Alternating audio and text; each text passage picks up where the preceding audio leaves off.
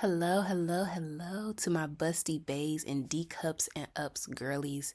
This is the D Cups and Ups Podcast, the safest place on the planet for all my fly busty ladies of the world. This is your host, Jordan. Hey girl, the tiggo bitty connoisseur, and we are here with our very first episode. I am so excited to be starting this podcast. This has been something that has been on my mind for a few years now, and I have finally pulled the trigger because here we are. So just to give the listeners just a little background about me, first of all, I'm a busty girl and a designer who creates luxurious clothing just for busty women, specifically between 36 triple D and M.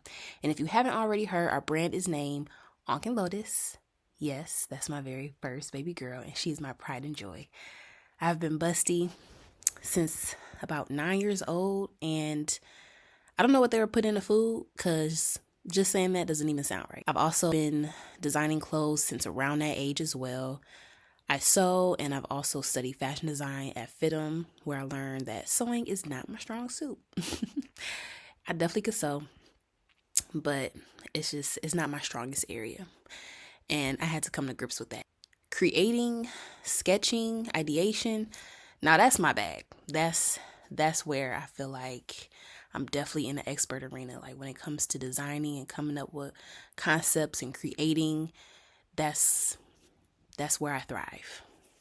So thankfully now, the best thing about this business though is that I've been able to partner with amazing people who are experts at those things, and they're helping me to bring these collections to life. Initially, I just wanted to design clothes for women, but it wasn't until I attended this retreat in the beginning, the pandemonium, 2020. I went to this retreat in this year, 2020, and I also entered into this competition. It was almost like a Shark Tank competition.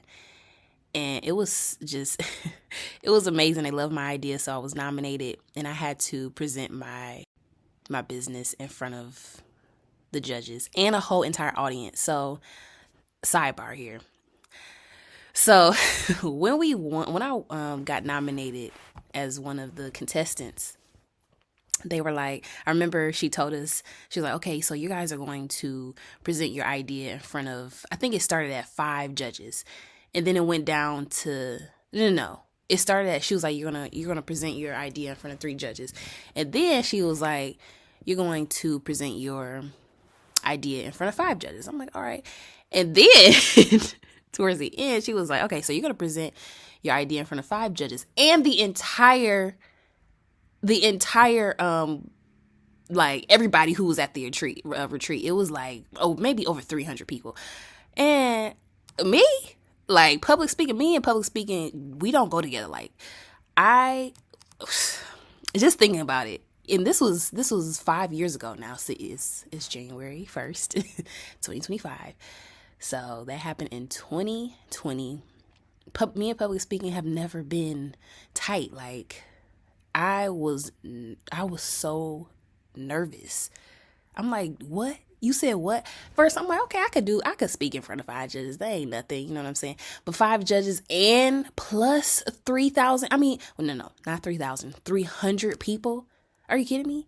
So practice my speech and all this and all that. And you know what? Well, I didn't end up winning the competition, but it was a good experience. Honestly, when I did my speech, everything that I had rehearsed, it completely went out the window. And that's the issue. When I do public speaking, I usually try to prepare in some way or like have little notes. When I tell you I got up on that stage, them cameras, eyeballs, when I tell you every thought, everything that I had rehearsed went out the window. I mean, I went completely blank. So I had to improvise.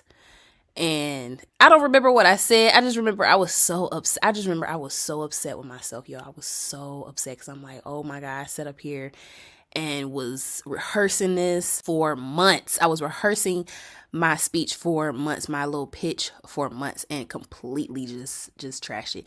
But thankfully, you know, the judges, they understood. They kind of understood where I was coming from. I think they knew I was nervous. Because was like, girl, you gonna tell us 5 judges and then all of a sudden 5 judges and then the whole entire audience? But it's whatever. I was so upset. Like, when I tell you I was so upset, like, I couldn't even talk about I couldn't even talk about that moment for years. I couldn't even think back on it. I didn't even want to think about it. I didn't want to talk about it. I didn't want to discuss what happened. I was so disgusted with myself.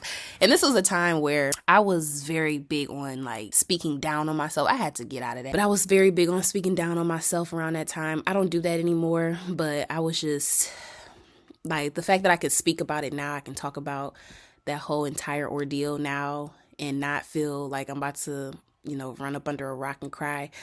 That's growth. That's real growth. Okay. And so at this, they had many speakers come on and talk. It was an amazing event, even though it got cut short because it was literally the beginning of COVID. And there were speakers and I was sitting in the audience. I think this was like the night before they had to actually cut the event short. And I was just listening to their talk, to the people speaking. I can't remember exactly what they were speaking about at the moment, but I do remember I was in that audience and it seemed like it just hit me. It was like a download. Spirit just spoke to me and was like, you know what? You need to make a clothing brand for busty women. Like, busty women firsthand. As a busty woman, that's who you should make your clothes for. That's your niche. It was at that moment when I was like, oh my goodness. It was the light bulb went on. So all this time, mind you, I created Ankh&Lotus in 2015, so it had already been in the making for 5 years at this point. So the fact that I didn't have a niche that whole entire time was probably why I didn't make any sell. Well, no, I sold some things here or there, but it was never anything substantial, never anything that, sustained me to where I'm like, okay, I'm a full-time business owner. But it was at that moment, 2020, I was in that audience at the retreat.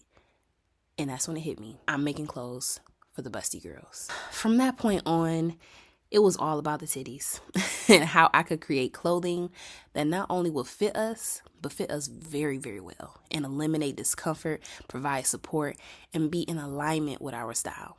I don't know about y'all, but I'm a fly girl. And just because I'm busty, don't mean we about to do that frumpy mess over here.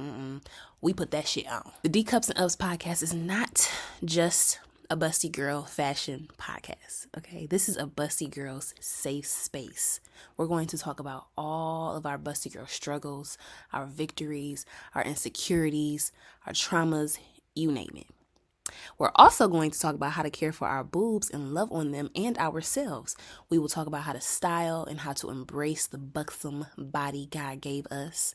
And we will touch on the physical, emotional, and mental pain that comes with a large bust, but also how we can transform that pain into comfort and power. The goal with this podcast is to transform the lives of busty women in every aspect of their lives and closets. And I want y'all to stay connected with us. I want you to stay connected with the Cups&Ups girlies. So make sure to follow us on the Cups&Ups Podcast on all platforms. That's DCUPSANDUPSPODCAST on all platforms. And also to stay connected with our busty girl brand, Ankh&Lotus, that will be launching our first collection in spring of 2025. Follow us on Ankh&Lotus on all platforms: TikTok, X, IG, Facebook, YouTube, Pinterest, everywhere, girl, because we don't know if TikTok gonna still be here after, a couple of weeks from now.